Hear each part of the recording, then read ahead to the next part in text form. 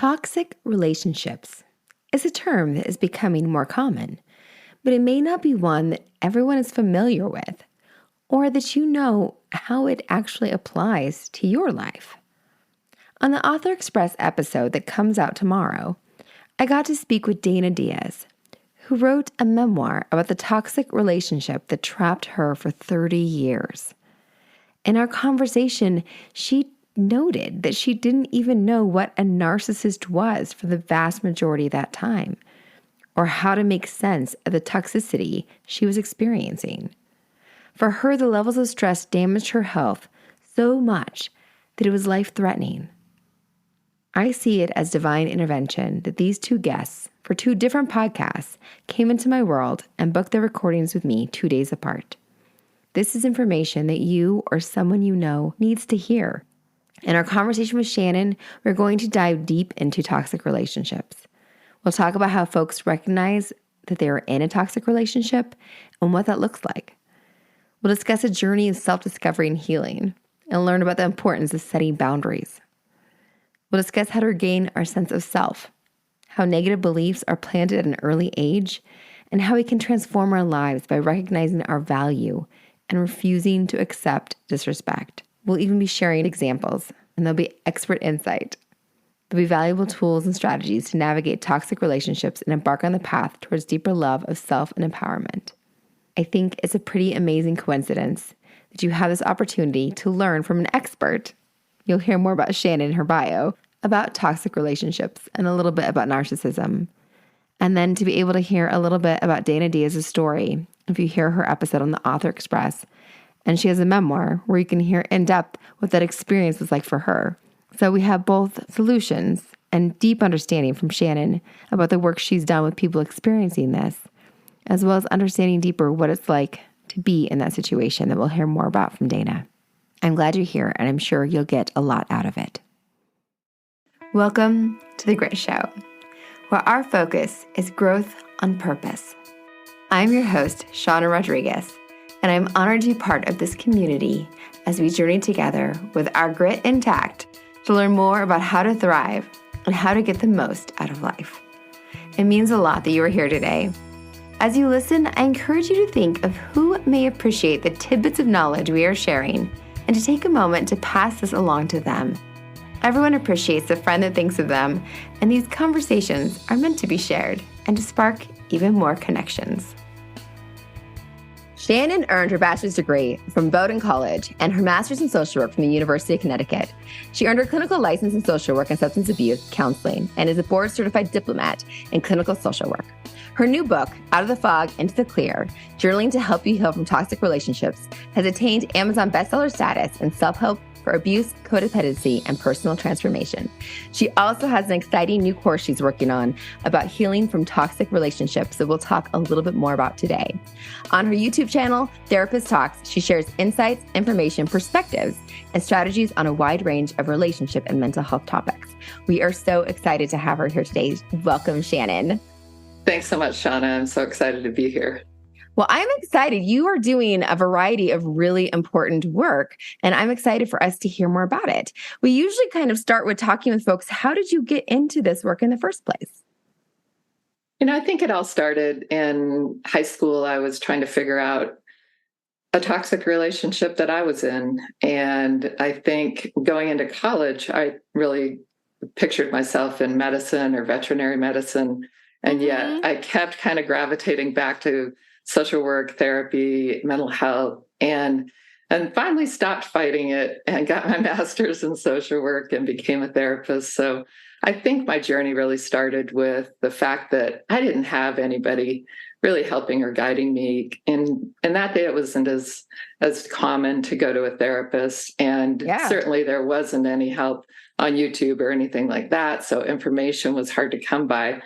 And I felt like I was always trying to make it up. And I really wanted to help others sort of come about it in a different way. It wasn't so cumbersome and the path wasn't so crooked. Yes. And this beautiful way of being able to connect with people and have them find you when they're trying to define even what a toxic relationship is. Because I feel like that's even the first step is understanding that you're in this cycle and in this place. Because usually you start with like, what is going on? What is happening? What am I in? So is that usually how people find you, is just questioning the relationships they're in and where they're at? People come to me in all different directions. Some people will show up and say, I have terrible anxiety and depression. And as we start to talk about their lives, I go, I would feel anxious and depressed if I lived with that person too. So that they're not even recognizing that their anxiety and depression is all rooted in this really toxic relationship, and that they've been trying for years and years to be perfect and be more this and more that and stop doing this and start doing that. And so they are so twisted up that they've lost themselves. They're completely focused on the other person's moods and emotions and their every whim and will and need and want. And they've lost track of their own so much to the point that they really are in complete anxiety and depression all the time. And when we can start to sift out how much of that is, anybody would be feeling that in your situation, and then starting to step back emotionally, reclaim and regain their own sense of self, and then see that their thoughts, feelings, wants, and needs need to matter in every relationship in their lives. And when they start to claim and reclaim those aspects of themselves, then they can start to feel better. And then they won't let other people step on them the same way anymore. So it's a process of working from the inside out and recognizing how these relationships have been affecting them, and then working to set boundaries and move past them. Yes. And that setting boundaries piece is a huge, hard piece of that, I'm sure. Is that where you spend a lot of the time doing the work?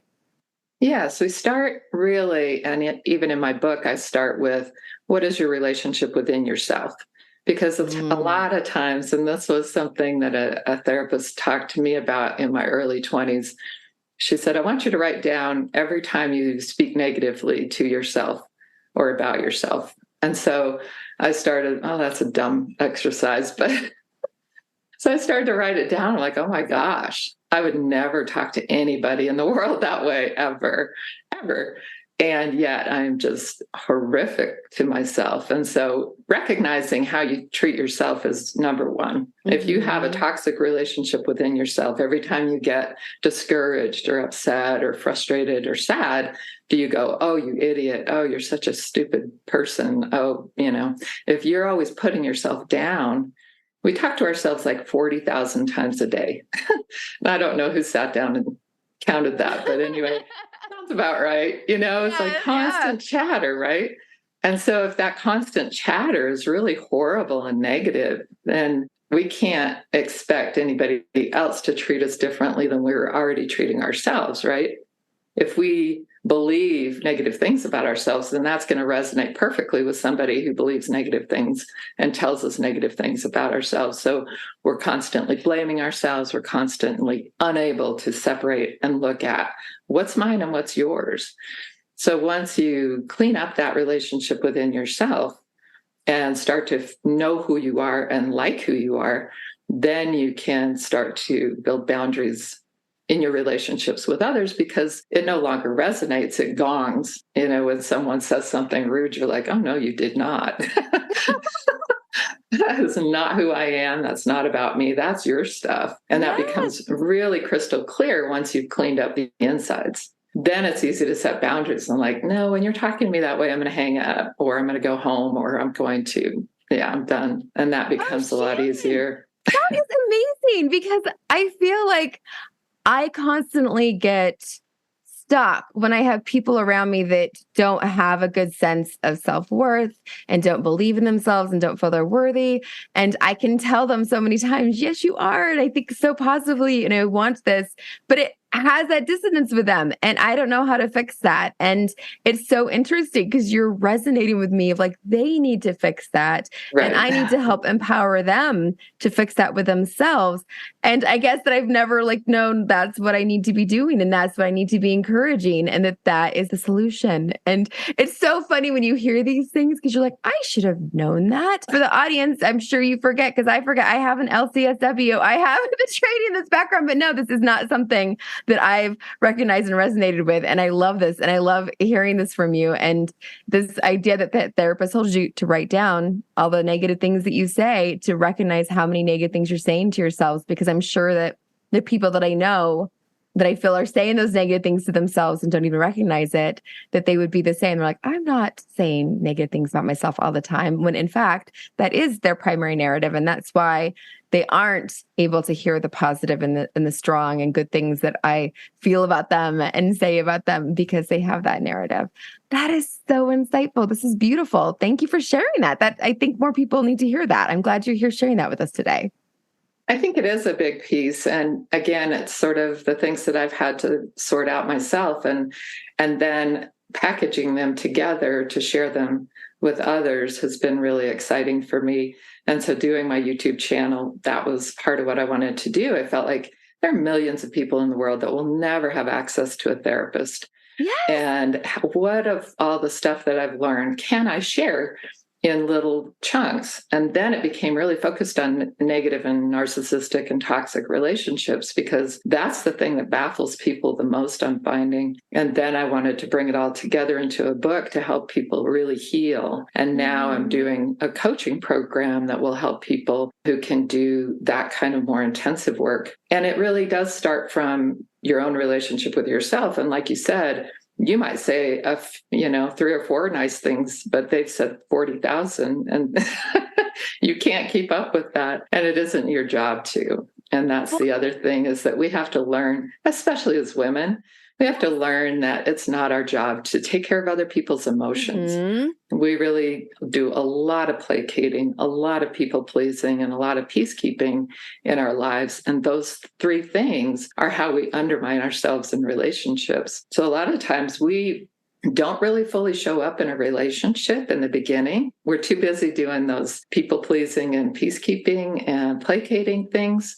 And then we feel like we've lost ourselves, but we never showed up to begin with. So we didn't give that opportunity for that person to actually know us and see us and respect us and honor us. So in my work, sometimes I'll say, we'll work on your relationship within yourself and then how you show up in your marriage or relationship. And sometimes a woman or a man too will show up more fully with their thoughts, feelings, wants, and needs. And the other person's like, cool, I like this I like you really showing up, and I like you setting boundaries, and that's great. Other times it escalates their behavior and they implode, they explode, they let you know that you're not allowed to show up in this relationship. And then you can say, okay, cool. Yeah. Bye. Peace out. I'm done. And so that's setting the boundaries after you sort of rebuild yourself and then set those boundaries, then gives you that opportunity to step back and watch. And when you see how they react, whether it's awesome, I love you and I love all of you and I want you to show up in this relationship as much as I am, or, no, you're not allowed to show up in this relationship. And then okay, I did everything I could and I tried, and that's all there is to it. Yes. No. And that's why the boundaries are so important. And I think that that's one thing that I've learned, best skills I think I've learned in my adult life, is boundaries. And I think that I do have those boundaries even with people that don't have that self-esteem and self-worth, but I still want to do more, because again, we want to do more, give more, and be more. And so having this tool of like helping them or giving them tools so they can see that part of them is just such a great thing, to be able to give them that tool and still being able to have that boundary. It's not my responsibility to help you see how amazing you are. I can still show up, but there's that rejection too. Just like you said, the things that come through, the things that match what's already there. So the people that they'll gravitate to are the ones that say the same negative things. And I'm like, why are you pulling that person close when that person is saying such negative things about you? And it's like, oh, because that's what resonates. That's what matches. That's what matches the narrative. And for people that are watching loved ones that are in these relationships that you're like, why are you with this person that's so negative? And why are you in this relationship that's so toxic? That's like that. So it's resonating. So I think that for listeners, that when you're in this relationship that you're starting to question what it is, that's amazing. You're questioning it because you're starting to see your worth and keep building on your worth. And that's amazing. And for people from the outside, that you can understand a little bit better and because again, we have another episode on the podcast about, judgment and letting go of judgment a little bit, and to let go of that judgment, and to have that understanding is what we're looking for, and to have that understanding that that's what's resonating with them, and that's what is in alignment. And that's why that enters easier for them, because that's the place that they're at. So as people start to recognize that they're having the depression, the anxiety, that they're in a relationship is starting to not resonating, as they're starting to recognize their own worth and see success. Because I feel like people have success in other areas of their life, and that's when they start to see the dissonance in their relationships. Is that something that you've noticed in your work? It can be, but it's amazing how people can compartmentalize and be super successful in their lives in so many ways, have great friendships, and then in their relationships, they keep gravitating back to these really negative experiences. And that's why the internal work has to happen first. And I talk a lot about journaling, and you don't have to journal, but in that first piece of really reclaiming your sense of self, or claiming it to begin with, because you may never have had it, journaling it out is really, really helpful, because you can list out all the lies that you hear in yourself, in your mind. Those are lies. Like, we weren't born beating up on ourselves. That's not a natural state. It's something you internalize because of something that happened between the ages of 0 and 5 or 6. And those are really impressionable ages. And it isn't necessarily that somebody said, blah, blah, blah, blah, blah. It's the experience that you interpreted and took away with you to mean that you weren't worthy, or you weren't, or you were in the way, or you were a burden, or you were unlovable or ugly or whatever. So those things get internalized really young. And for the most part, people are not aware of them. And when they become aware and can then say, well, what are the truths about me? And I'm going to reach out to Shauna, because she keeps saying nice things. So I'm going to list off those things and write those things down this time, because every time she says it, it goes right by. And so now I'm going to write those things down. And all the people who love me, why do they love me? Well, there must be something there. So I got to find out what those things are. And when I list those things out and list these things out, and every time I hear these things, I say those things instead, that can start the healing process. Oh, that's amazing. And so to start finding those voices that you tend to brush off, and to actually give them a place to live so you can revisit them. I love that. Can you share some anecdotal success that you've had with working with clients, and how things have changed and shifted for them as they start to peel back those layers? Yeah, there's so many. I'll try to come up with a few. One that comes to mind is someone who was able to recognize the old messages in her head, and recognize where they came from, which was a really toxic home environment when she was growing up, and start to realize who she really is, what she really is about, and really coming to some beautiful terms with how much she respects herself and likes herself and thinks she's a pretty awesome person and has a lot to offer the world. And that when she meets other people, she really is loved and respected, but in her home environment, she wasn't. And so when she started to really reclaim herself and then show up fully and not put up with any of the disrespect at home, and she thought she would have to come to a situation of divorce, and it turns out she doesn't, because her family is now respecting her and loving her for who she is and what she wants to do, and supporting what she wants to do. It's healed the whole family in a big way. She's no longer the scapegoat and the doormat. That's wonderful. So talking about the boundaries a little bit, because I think that people are, scared to set boundaries and do that. So withdrawing the boundaries, can you talk about what that looks like, and what that feels like, and a little more on that? You kind of have to think of it in gradations. So there are little boundaries that we set all the time. And again, we tend to people please and placate. So maybe somebody says something that you kind of find rude. Do you laugh it off, or do you kind of give them the, you didn't just say that look? So if you're a parent, you kind of know this, because you got the look, you've got the stop now look, so you don't want to go past this point. So sometimes it can be as subtle as a look. And I think we've all experienced this, where a guy says something or does something that's kind of across the line, and a lot of times we'll laugh it off. But it's so much healthier if we don't laugh it off, but we look at them and give them the look like, no, that crossed a line. I don't think that's funny. So those little boundaries, I think, are really important because it's how we show up fully in our whole selves with our thoughts, feelings, wants, and needs on board and not brushing ourselves off, but setting those little boundaries.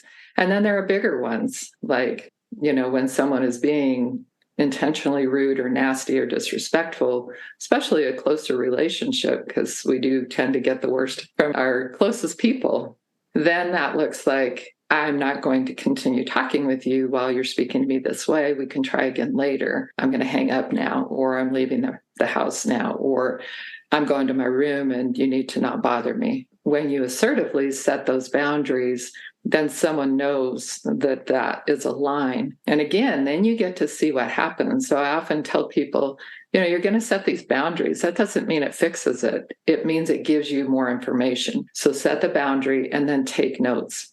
Did the person say, I'm sorry, you're right, that was rude? Or did the person go, what are you talking about? I didn't do anything wrong. That's you. You're crazy. You're so sensitive. You're so blah, blah, blah, blah, blah. That's gaslighting. That's bullying. That's pressure. That's manipulation, right? So if their games ramp up instead of down, then you have a relationship that can't be resolved. And so then you keep setting those boundaries, like, we've been through this a few times and you continue to disrespect me. I think I'm getting done with this relationship. And then see, do they apologize? Do they ramp up? You're so crazy. You're so sensitive. Stop being so crazy. Everybody else thinks that I'm great and you're crazy. Are they ramping up those games? Yes. Are they throwing out more hooks and barbs and more games to make you stop being in your truth? Stop telling what you want, need, think, and feel. And if that's the case, then they're telling you, you don't get to show up in this relationship. And then you have to say, okay, I need to respect myself and leave this relationship, whatever that looks like. Yes. And I really like that when you gave your examples of boundaries, they were all actions that I'm taking, that I'm doing. I'm not telling you to do something. I'm not telling you need to leave. You need to do this. I'm leaving the conversation. I'm hanging up. I'm going and I need space. It's all about what I need. And I think that's an important part of boundaries, that people need to do this about me and what I need. And I'm telling you what I need and I'm doing what I need to do for me. Exactly. And that's what empowers you over time to take better care of yourself. Yes. And to stand up for yourself and to not take any of that abuse or any of that stuff, disrespect. It goes from disrespect all the way to abuse, right? When you shut down the disrespect, do you get more abuse or does the person back off of that? And that's the question. And if you get abuse, then you absolutely have to get out.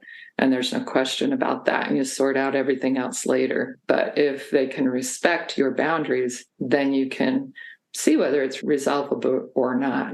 Yes, because you can't be responsible for the way they're going to react. Yeah. No. The big part of boundaries is understanding that. That's so helpful. And I love that you're doing this coaching and you have this new program to heal from toxic relationships, and that you're doing this because I think it's an important service for folks. Can you tell us a little more about what people can expect when they join that? Is it like a group thing? Is it an individual thing? Tell us more about it. So that'll be a group coaching, and there'll be 2 coaching calls and video masterclass I'm putting together. And it's a 3-month gig. So I'm hoping that that will give people the information from the videos, the support from the group coaching, and then a private online group that they can communicate with during the week as well. So I think it gives somebody an intensive, when you're healing from toxic relationships, first of all, you come out of it and you're in such a fog. Yeah. And this is the part that people don't recognize. There's brain damage that happens when you're in that kind of relationship over time. The survival and emotional aspects of your brain are on fire all the time with the fight, flight, freeze, reactivity. And so you feel exhausted, but you can't sleep. You feel anxious and depressed, and you don't know what to do with all that. And even when you're out of the relationship, it's just as bad or worse. which is extremely confusing, and it makes people go back. So it's really important to get that support when you're coming out of a toxic relationship so that you get the healing, the deep brain healing that you need in order to survive and then thrive. Because it's not a time heals all wounds kind of a deal. You actually have to take steps to get better. Yeah, to rewire your brain and how you're interpreting data and how you're working with the chemicals to be able to process these things. So that is amazing. I think that's a wonderful opportunity that you're offering that for folks to have that, to have a safe place to go to process this and to be able to connect with others, because it is hard to find resources. I know just for therapy in general, it's hard to find resources in the United States, and that you're able to offer this in a larger scale because it is online, and to be able to do that. So I'm so glad you're offering that, Shannon. Thanks, Shauna.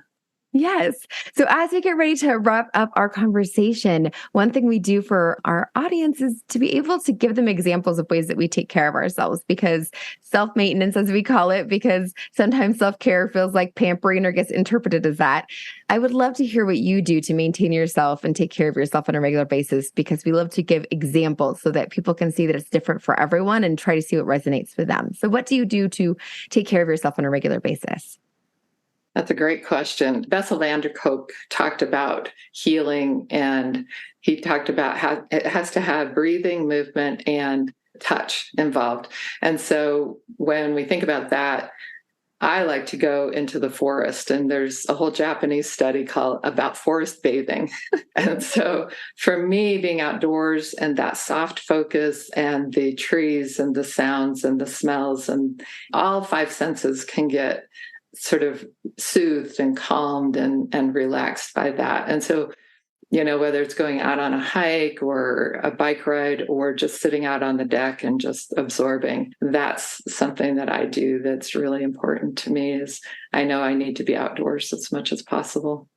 That's wonderful. I love the outdoors as well. So I definitely think that that was a helpful thing. During the pandemic, it was harder because they actually closed. I live in Oregon, and they actually closed hiking trails during the pandemic. That's horrible. Yeah, they didn't do that here in Arizona, thank God. Yeah. So it's hilarious because I actually started golfing with my partner because they have golf courses open. Isn't that interesting that golf courses are open? We won't go into any of the details about all that, but I think it's because the hiking trails are so close. You pass people. I don't know, but I actually went golfing because I was at least outdoors, on golf courses, because I needed to be outdoors and we needed some place to go, the outdoors with trees and being outside. So I started going to the golf course because I could be outside. So I needed my outdoors. I couldn't be inside all the time. So yes, very important. That's wonderful. And the other thing we do is we give people something actionable that they can do. And we call it our Grit Wit.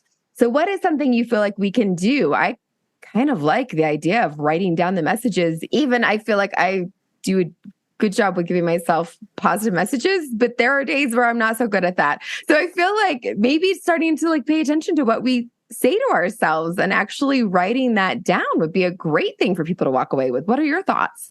Yeah, that's what I was going to bring up. Write down the 3 worst things you ever say about yourself. And if you don't know what they are, wait a few minutes. And the next time you have something not go your way, say, what did I just say to myself? Whoa, that was awful. I would never speak to anyone that way.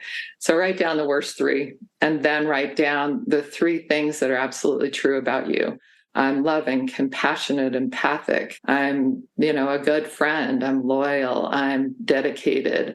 So that you can kind of have a couple of things that you can superimpose upon those negative things and recognize those things that you said about yourself aren't even true. They never were. They were interpretations that you brought from childhood, had nothing to do with you. No, that's amazing. That's amazing. So right now, think of those 3 things. And if you can't think of them, wait till the end of the day when you're going to bed tonight. And we're going to bed tonight. Be like, what did happen today that didn't go my way, or this week? And what did I say to myself? Because I'm sure you can mine that. You can find that once you're paying attention to it. That is so wonderful. Shannon, where can people find you? You have a YouTube channel? Is that the best place to find you, or where's the best place to find you?